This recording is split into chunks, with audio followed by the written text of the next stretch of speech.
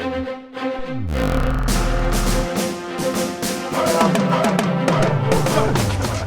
right, what's going on, everybody? A little bit of a touchy topic for this episode. As you've probably all heard in the news recently and last year as well, Alec Baldwin has been, given his charges in terms of what had occurred on the set of the movie Rust that he was participating in. Obviously, it was a tragic event, but basically, there's a lots of back and forth between how people believe this,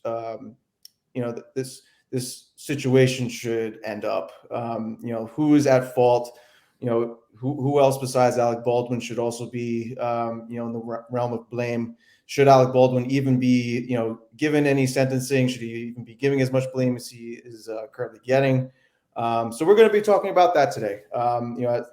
Given that. Everything has developed the way it has been. So, we'll start with Spade. What are your thoughts? Well, look, it's a touchy subject because it's not like Alec Baldwin said, "Hey, I'm going to kill this guy." So, I mean, it's involuntary manslaughter is what they're charging him, I believe. And it's not his look, realistically, it's not his responsibility on set to check to see if a gun or a pistol or whatever it is that they're using. It's not his responsibility to check to see if it's loaded or not. He's being given something from an armorer. The armorer is the guy who sets up everything and gives you the device so you can use it in your scene and whatnot, right? So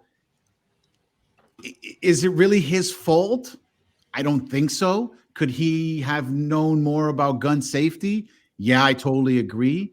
But at the end of the day, I mean, he did pull the trigger. He is the one that technically shot the guy, the lady, and now one thing though that I think is probably going to be like the thorn in his side throughout this whole trial.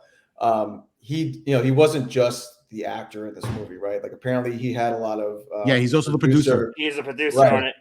And I think that is tied to who gets hired in these roles of people who are in charge of props, people in charge of the set, how that all gets handled.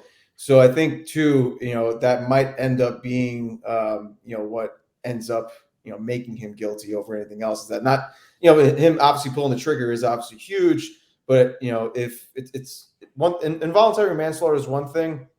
It's another thing to not even be given what you think is a prop. Like let's say, like in any job you have, right? You're working on a computer, and somebody, if there's a chance that if you hit your enter key on your keyboard, somebody can die, but obviously that's not supposed to happen. And the person who gives you the computer has just said, this is just a regular computer, like do your accounting on it or whatever.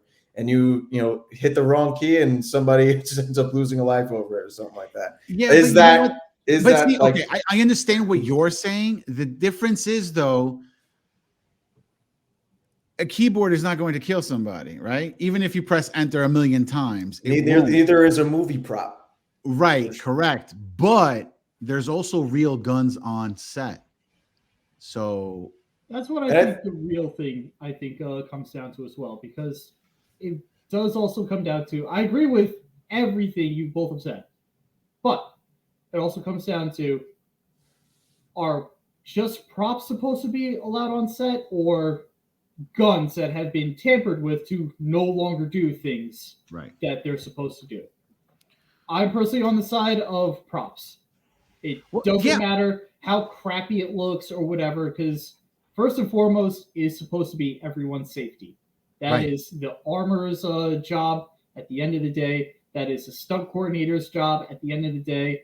And no, just because the store coordinator says, no, you can't do that, you don't fire him for it. He is there, he or she or they are there to make sure everyone is safe. Right. And because you don't like what they say, doesn't mean you fire him for it and you get a new guy. So what it really does come down to, again, I believe props should be more implemented. Also, very touchy subject again as well. I'm sure Pancakes was going to bring this up. Pancakes, I'm sorry I'm stealing this from you. if it wasn't for a similar situation like that, we still would have had Brandon Lee. Right. Oh man. Yeah. Right. And this happened over 30 years ago too. Mhm. This happened back in 92 or 93. That's Same the thing, exact though. situation, This pretty is much. the first time that this happened. Granted, it's been a time span. It's Right. been a while, but at the same time, it's no longer, oh, it was a freak accident. It only happened once. This is twice now. No, this is this is twice that someone has died from that. Yeah. But there are other instances where people have gotten hurt. Absolutely. I mean, actually, to be honest with you, there may be more than these 2 times that people have died on set. It's just that they weren't famous, so it's swept under the rug, or their families were paid off to, hush and be quiet. So, look, I think if James Cameron can make his whole cast blue and win Oscars for it, we can sit there and put CGI on a dummy gun and make it sound and look like it's a real gun. And it's been done. That fire, Yeah, you can blatantly tell some movies have CGI fire. And it looks a little campy, but at the same time, it is what it is. Oh, it doesn't look as realistic. Hey, everyone went home safe. But that's it, yeah. Yeah, I mean, honestly, like, us being Marvel fans, I think, we're able to take lesser qualities of CGI in some movies over others. So, end of the day, something as fast paced as a gunshot is not going to kill the quality of a movie. But getting back to Alec Baldwin for a moment, didn't he kind of bite himself in the ass by denying he actually pulled the trigger, like saying that it was, and said that the gun, the prop gun, quote unquote, overheated or something like that, the cause be fire. Yeah. And you guys ever see the movie From Dusk Till Dawn? The actual poster of it. You know how it's George Clooney holding the gun and you see the barrel. Yeah. So he was supposed to do a shot like that, so that way they can take the shot like that, so making it look like he's shooting into the camera. Instead, he shot into the person that was holding the camera. So that happened with George Clooney? No. I'm giving you a visual of what he was supposed to do. Because if you ever look at the poster from Dusk Till Dawn, it's basically just Clooney holding the gun, and you see like the barrel and him holding it.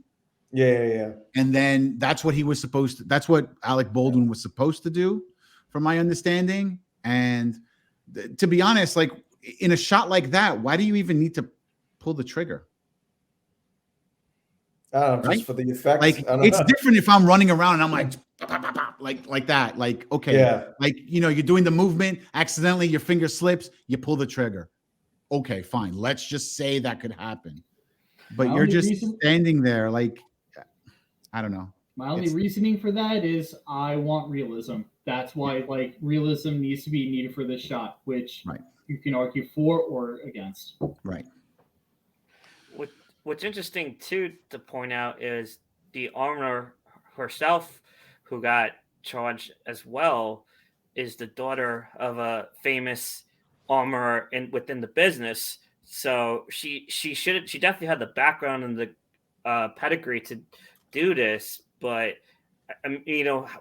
so I have a bad feeling that Baldwin might push all responsibility onto her. Since she was supposed to be responsible for the weapons and the gun safety on set.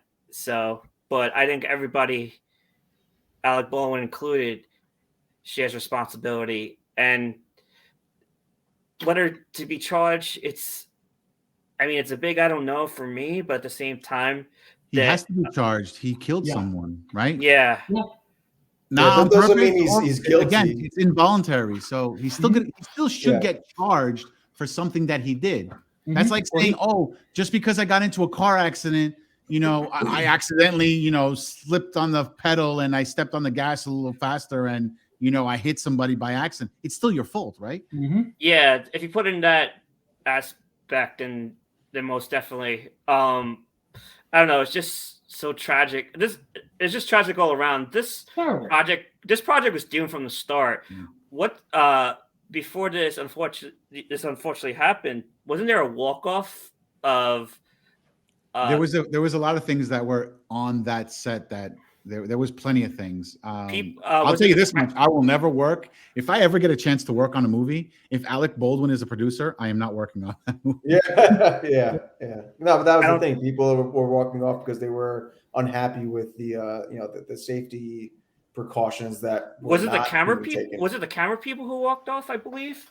I think it was also during COVID, and there was a lot of COVID things going on. It's a lot of things going on. A lot. Yeah. That is a mixed bag and a half. Yeah, so there's a lot of moving parts to this trial, basically, and it's going to take a long time, I think, for them to get through everything. I mean, before we see anybody getting sentenced, it's going to take like 2 years at least. I would say a year or two. They're definitely going to drag it out as well. Yeah, and there's going to be appeals, and there's going to be, the things are going to be drawn out for sure. But I mean, I think at the end of the day, too, right now, the question is like, what's going to happen with this movie Rust?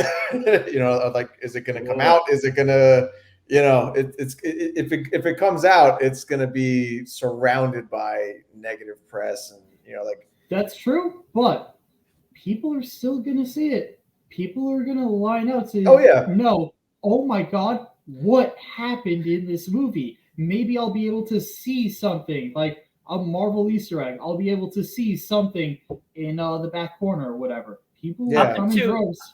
And then what happens too when you see the scene where like Alec Baldwin was supposed to point the gun and shoot, and everybody in the movie theater is gonna be like, "Oh shit, that was the scene that caught, that killed somebody." So like, it's gonna be a very tough thing, I think, to go through to get this movie out. Up until those charges were announced against Alec Baldwin and Hannah the Armorer, production was supposed to resume this month on that project, but now, I feel like it should not be made. I mean, I know this talks, but come on now.